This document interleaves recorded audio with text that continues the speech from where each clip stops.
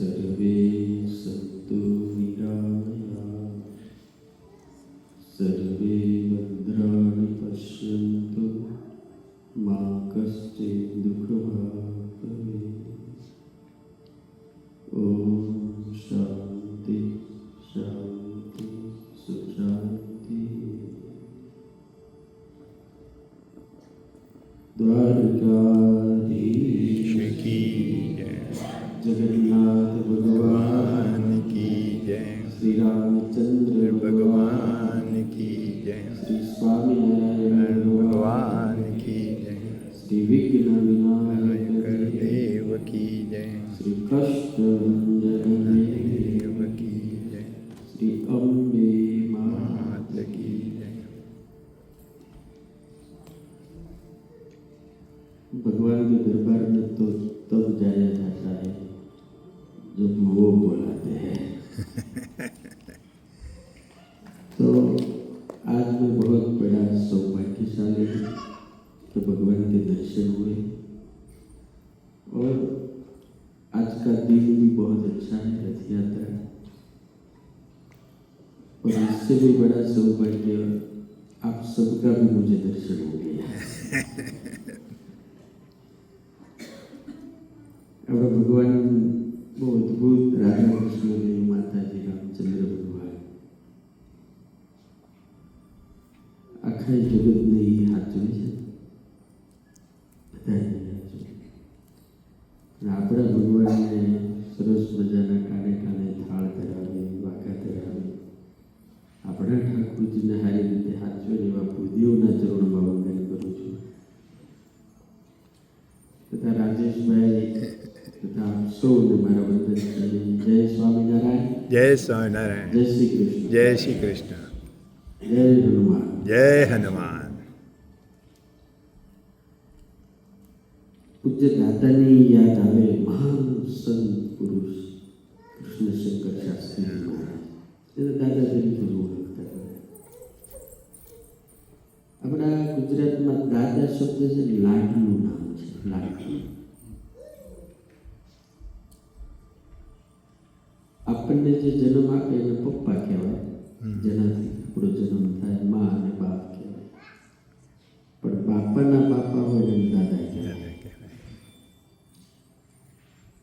પપ્પા હોય ને, પપ્પા એટલે બાપા. એની આગળ ક્યારેક આપણે નાના હોય 15 વર્ષના ક્યારેક તો કંઈક માગીએ, પૈસા, પિક્ચર જોવા જવું હોય, નાટક જોવા જવું હોય, ગુલ્ફી ખાવી તો પપ્પા ખીજાય, નહીં મળે જાય રેશન ભણ. પણ પપ્પા જ્યારે એક લાફો મારીને ના પડી દે પછી આપણે ખાનગીમાં દાદા પાડે છે. અને થોડોક વાલ કરીને દાદાને પ્લીઝ દાદા મારો ફ્રેન્ડ બધા ફરવા જાય છે, મારે જવું છે, 20 રૂપિયા આપો ને. એટલે દાદા પહેલાં એમ કહેતા પપ્પાને કે તો આપણે એમ કહીએ ને દાદા પપ્પાને કીધું પણ પપ્પા ખીજાય છે, ના પડે. તો દાદા ના ન પડે, એ 20 રૂપિયા નો આપે, એ ડબલ 40 રૂપિયા આપી નાખ્યા છોકરી જા બેટા. પણ જો તારા પપ્પાને નહીં કહેતો આ જગતમાં બાપ ના પાડે પણ દાદો કોઈ દાડો ના પડે. હનુમાનને એટલે દાદો હા બા એટલે જ અંદાજ તેરે દ્વારે જો ભી આયા ખાલી નહીં કોઈ લौटाया. તો કૃષ્ણશંકર શાસ્ત્રીજીને દાદા કહેતા. અતિ દયાળુ હતા. મેં દર્શન નથી કર્યા પણ બહુ સાંભળ્યું છે.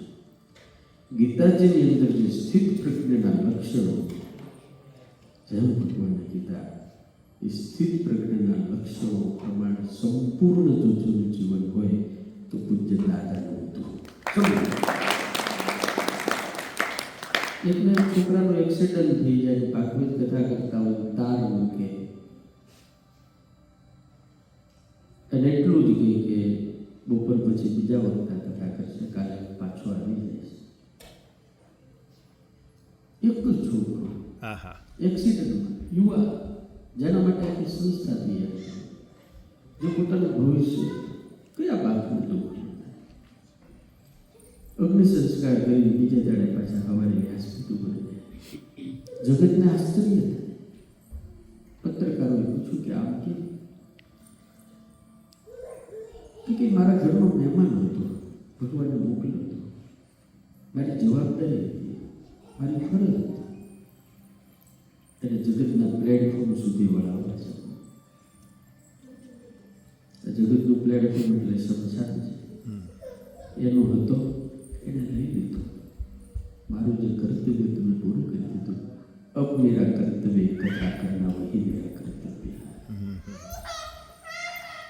આ સ્થિત પ્રજ્ઞના લક્ષણો છે. આખી દ્વારકા ડૂબતી હોય, બધા કહું આપણે યાદો કપાતા હોય, તો કૃષ્ણ જો મસ્તીથી છેલ્લો શ્વાસ લે છે, છેલ્લો મસ્તી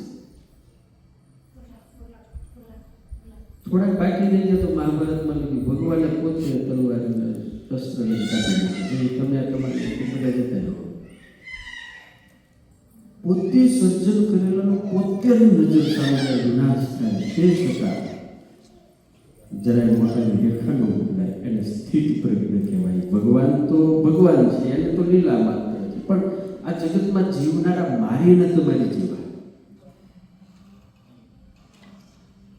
એટલે આખી દુનિયા આવા મહાપુરુષોને વંદન કરે છે, સલામ કરે છે. પૂજ્ય રાજેશભાઈ જે વાત કરીને મને બહુ હાર્ટ વાગી ગઈ કે દાદા ભલે નથી પણ એની કૃપાથી આ ચાલે છે. પણ મહાપુરુષોની કૃપા કોઈ દાડો અસ્ત થતી નથી. બહુ ઘણી વખત આપણે પ્રશ્ન થાય કે આપણે ભગવાનના ભગત છીએ, સારા છીએ, સજ્જન હોય, ગમે તો દુઃખ કેમ આવે છે? મહાભારતના એક પ્રસંગથી મને આ ખ્યાલ આવે કે દુઃખ ક્યારે જ આવે છે? આપણે ઈશ્વરથી થોડાક દૂર જઈએ છીએ. ભગવાનને આપણે આપણી સફળતામાં ભૂલી જઈએ છીએ. આપણી સફળતામાં આપણે ભૂલી જઈએ. રાસુ યજ્ઞ જ્યારે થયો તમે બધાને ખબર, એ વખતના સૌથી સક્સેસ અને સફળ સમ્રાટ એટલે યુધિષ્ઠિર પાંડવ. સમર્થ પાંડવ એટલે એટલા સમર્થ કે 33 કરોડ દેવતાઓને અહીંથી ચિઠ્ઠી લખીને મોકલે ને તો ઇન્દ્રને અર્જુન કે ને એમ કરવું પડે. આટલી સામર્થ્ય આ પાંડવોમાં હતી. દેવતાઓની કાર્ય પાંડવો પાસે ન થાય એટલી સામર્થ્ય હતા. પરંતુ દુઃખ કેટલું ભર્યું.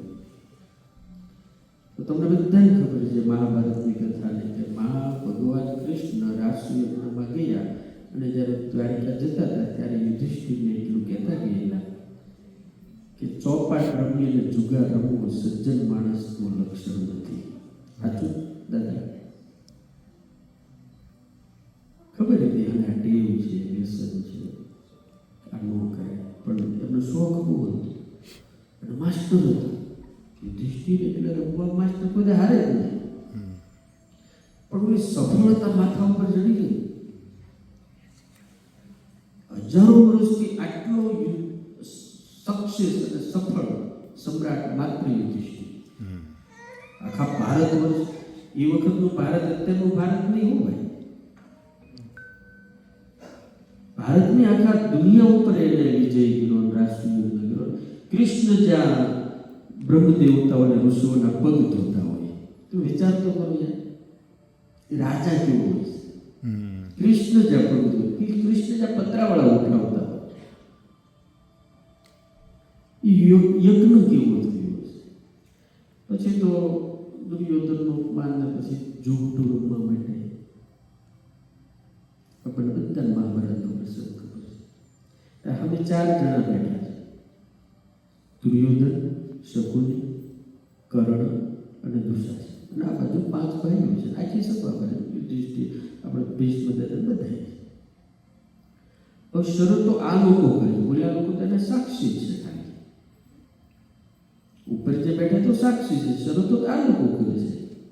7 જણા, 5 જણા, 8 જણા, 9 જણા. એમાં સૌ પ્રથમ દુર્યોધન નાનો કહેવાય એટલે એને કીધું કે મોટા ભાઈ મારા તરફથી એક શરત છે કે બોલો. કે મને આ રમવાનું ઓછું ફાવે છે એટલે મારા વતી પાછા મારા મામા શકુની ફેંકશે. તો યુધિષ્ઠિર એક્સેપ્ટ કરે છે અને બધા ભાઈ તમને કઈ વાંધો નથી.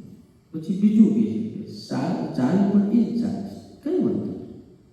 તમે વિચાર કરો દાદા કે 5 જણા હતા પણ સફળતા સક્સેસફુલ થઈ ગયેલા એટલે માથામાં એવું ચડી ગયું 5માંથી એકને દ્વારિકાવાળો યાદ ન રહ્યો. વાંચ્યું એ પ્રસંગ વાંચ્યો ત્યાં મહાભારતમાં એક યાદ જ ન આવ્યો. બોલો એક પણ પાંડવ એટલું ન બોલ્યો કે અમને તમારી શરત મંજૂર છે, કઈ વાંધો નહીં, પણ અમારી એક શરત છે કે તમારા વતી જો મામા પાછા થઈ ગયો અમને કાંઈ વાંધો નહીં, ભલે થઈ ગયું, પણ અમારા વતી અમારો દ્વારિકાવાળો પાછા થઈ ગયો. વાહ. કોઈ ન બોલ્યું. હું તમને બધાને પૂછું કે એક બોલ્યો હોય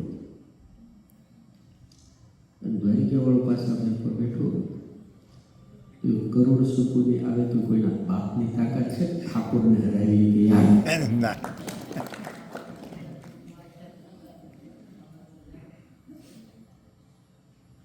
પાંડવો કૃષ્ણથી દૂર થયા, ભૂલી ગયા એટલે દુઃખ આવ્યું. કુંતાજી ખીજાય છે ભગવાનને છે મારા છોકરા આવું કર્યું તો તમે, ત્યારે ભગવાને કીધું હું તો તૈયાર બેઠો હતો, કોઈ મને બોલાવ્યો શું કરવું, હું તો તૈયાર હતો. હે મારા બાપ, ઈશ્વર તો શ્વાસે શ્વાસે આપણી સેવા કરવા માટે બેઠો છે. પૂજ્ય દાદા તો ભણેલા છે જમદેવો, વેદ અને ઉપનિષદોમાં લખ્યું કે આત્માનો સેવક પરમાત્મા છે. મને તમને ખોટો ભ્રમ છે કે અમે એની સેવા કરીએ, બે ટાઈમ આરતી કરીએ, આવું કરીએ, એને થાળ ધરાવીને જગાડીએ, ઉઘડાવીએ, પણ આપણે વિચાર તો કરો સવારે અલાર્મ વગેરે આંખ ઉઘાડે છે, કોણ ઉઘાડે છે? કોણ ઉઘાડે? પથારીમાં જઈ ઊંઘ આવી જાય, ઘણા ગોળીઓ ખાય તો નથી આવતી, મને તમને કોણ ઊંઘાડે? સ્નેહે સુવાડતો, પ્રેમે જગાડતો આ ભગવાન છે. કરુણાથી જગને જીવાડતો રે એ કનૈયો બંસી વગાડતો. વાહ. સ્નેહથી સુવાડે, પ્રેમથી જગાડે. એની ક્યાં તમે વાત કરો? શ્વાસ કોણ ચલાવે છે? તમારે કોઈ પ્રયત્ન કરવો પડે શ્વાસ ચલાવવા માટે? કરવો પડે ભાઈ? જેમ ખાવાની જવાબદારી આપણી છે, જોવાની જવાબદારી આપણી છે, સાંભળવાની જવાબદારી આપણી છે, ત્યાં મારે જવું હોય તો પગની જવાબદારી છે, ત્યાં મને લઈ જાય, મારે કંઈક લેવું હોય તો હાથની જવાબદારી છે, બધાની એક જવાબદારી છે. મારે બોલવું હોય તો પ્રયત્ન કરવો પડે છે, બધી જવાબદારી, પેટની જવાબદારી છે, અંદર પચાવવાની બધી જવાબદારી છે. પણ તમને બધાને પૂછું, કોઈ શ્વાસ લેવો પડ્યો તમારે તો ચાલે છે યાર. મને તમને ભ્રમ છે ચાલે છે, ચાલતો નથી, ઠાકોર ચલાવે છે. વાહ. એટલે આ દેહ જેને આપ્યો છે, સેન જેને આપી છે, જીવન જેને આપ્યું છે, શ્વાસ જે ચલાવે છે, સમય જેને આપ્યો છે, એ જેટલો ભગવાન માટે વપરાય ને એ જ લેખે છે. બાકી બીજા માટે વાપરવાનું એ તો આપણે દોડાયાથી બધું કરીએ છીએ બધું. ગીતામાં ભગવાને કીધું મામ અનુસ્મર યુદ્ધ જા. બસ યુદ્ધ કરે, આપણે બધા યુદ્ધ જ કરીએ છીએ, સ્ટોરમાં, કોઈ હોટલમાં, કોઈ જોબમાં, કોઈ કોમ્પ્યુટર લઈને થોડા ભરીએ છીએ બધા. પણ તકલીફ એ છે ભૂલી જઈએ છીએ, પાછા ફેંકીએ છીએ. તો યાદ રાખીને ફેંકીએ ને તો આપણે ફેંકવા જ ન પડે, એ જ ફેંકીએ. પછી અર્જુને આ ભૂલ સુધારી લીધી. મહાભારતના યુદ્ધ વખતે ભગવાને કીધું કે એક બાજુ એકલો હું હથિયાર નથી લેવાનો, અને એક બાજુ મારી નારાયણી સેના, દુર્યોધન નારાયણી સેના માંગી, અર્જુને ભગવાન માંગી. એ સુધારી દીધી. ત્યારે ખબર પડી કે આના વગર તો બધું જ નકામું છે. ભલે માસ્ટરી હોય યુધિષ્ઠિર, મારી ભલે બાળમાં ગાંડી હોય અને હું સૈન્ય સાચી ગયા હોય તો બે હાથે યુદ્ધ કરી ઇન્દ્રને હરાવી શકું, પણ આના વગર તો બધું નકામું છે. રથનો સારથી આ જ થાય તો જ આપણું રથ રૂકવા હાલે. જ્યારે ભૂલ સુધારે એટલે ભગવાનને માગ્યા, નિરંતર ભગવાનને માગ્યા એટલે ભગવાનને દ્વારિકાવાળાને મેણું માર્યું. અર્જુન તે બહુ મોટી ભૂલ કરી કે मक्खन मक्खन तो वो लेकर चला गया, तेरे हाथ में तो क्या है, मक्खन तो वो लेकर चला गया. तब अर्जुन ने कहा मक्खन सो वो लेकर चला गया, मैं तो मक्खन चुराने वाले को वाह. जा रहा हूं. मक्खन चुराने वाला तो मेरे पास है ना, वो मक्खन ले जाने दो. करवी से वेचरी तो मारा मुंह बताओ, दुनिया बधी तुम्हारी परवरदिगार મારો એટલે આપણે આપણને જોઈએ આવીને અત્યારે બોલતા હું જોતું ગાડી બંગલા રોલ્સ રોય આ તે ઘરવાળી આ કોનાને કેવું તો આપણે એમ કે પ્રભુ તમે પછી પણ પહેલાં તો આ જોઈએ આપણે બધા હું તમારે ભેગું જ જોઈએ પણ આપણે બધા જ ભૂલી જઈએ છીએ. રાજા આવે ને એટલે સેના તો ઓટોમેટિક આઈ આવે. જાય. ઈશ્વર હારે હોય એટલે પછી કે માગવાની જરૂર પડે. પણ મૂર્ખા છીએ આપણે બધા, બહુ મૂર્ખા, બહુ એટલે અતિશય મૂર્ખા છીએ. આપણને ભ્રમ છે કે બુદ્ધિશાળી છે, પણ હકીકતમાં મૂર્ખા છે. ફાફડા ખાવા લેવા જાય એટલે ચટણી તો મફત જ આવે બિચારી, પાછળ પાછળ જ આવે, એ કે લેવી ન પડે. પણ આપણે એમ કે ભાઈ ચટણી તો કે મફત, ફાફડા તો કે આટલા રૂપિયા થાય, તો આપણે કે ચટણી આપી દો ફાફડા તો ન મળે યાર. એટલે ખૂબ આનંદ થયો રાજેશભાઈ, આટલું સરસ મંદિર, અદ્ભુત સનાતન હિન્દુ ધર્મની ધજા એક મહાપુરુષના આશીર્વાદથી આ અમેરિકાની ધરતી ઉપર તમે ફરકાવી રહ્યા છો, તમને સલામ છે. બધા ભક્તો અહીંયા અદ્ભુત તમે સેવા કરો. પૂજ્ય કાલે બોલ્યા બુદ્ધદેવ મને મળ્યા હતા કે અમારી કથા એ ચાલે છે નજીક. મને મેપની ખબર નથી, હું આવું છું પણ નજીક સામે જ છે. હનુમાનજીની કથા કરું છું. તમે કદાચ યુટ્યુબમાં જોઈ ગયા હો.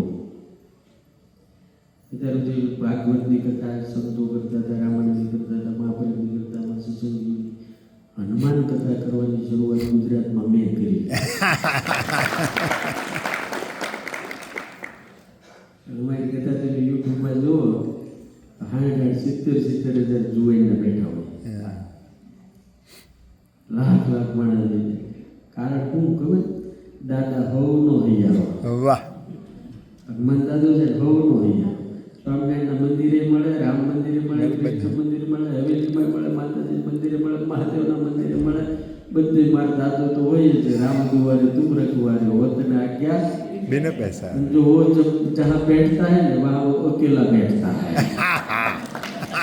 और देवता चित्त न धरी हनुमंत से ही सर्व सुख करी. वो अकेला बैठता है.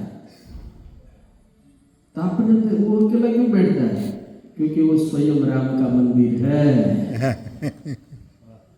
वो स्वयं राम का मंदिर है. राम, लक्ष्मण और जानकी तीनों भीतर बैठे हैं. कौन कहता है कि अकेला राम बैठा? तो हनुमान ने छाती चीरी, राम देखाड़ा, जानकी देखाड़ा. कोई राम ने छाती चीरे ना तो मारो हनुमान. वाह. એકલો है. આ એની શક્તિ છે. મેં ગઈકાલે કીધું કે સાંભળ્યું તો જેની ભક્તિ વધે ને દાદા એની શક્તિ 100% વધે. ઈશ્વર પરાધીન થઈ જાય. તો પાંડવોને કૃષ્ણ થઈ ગયા હતા, દ્રૌપદી નો આવી ગયા. એટલે આવું બધું છે. એટલે આપણે જેટલા ભગવાન નજીક જઈશું એટલું સુખ વધશે, જેટલા ભગવાનની નજીક જઈશું એટલા નિર્ભય થાવું, જેટલા ભગવાન ઉપર ભરોસો રાખશું ને એટલા મસ્ત થાવું. એટલે ખૂબ ખૂબ હું આભાર માનું છું આપનો, પૂજ્ય ભૂદેવોનો, આપ સૌનો. મને આવા સરસ મોકાના દિવસે, પર્વના દિવસે આપ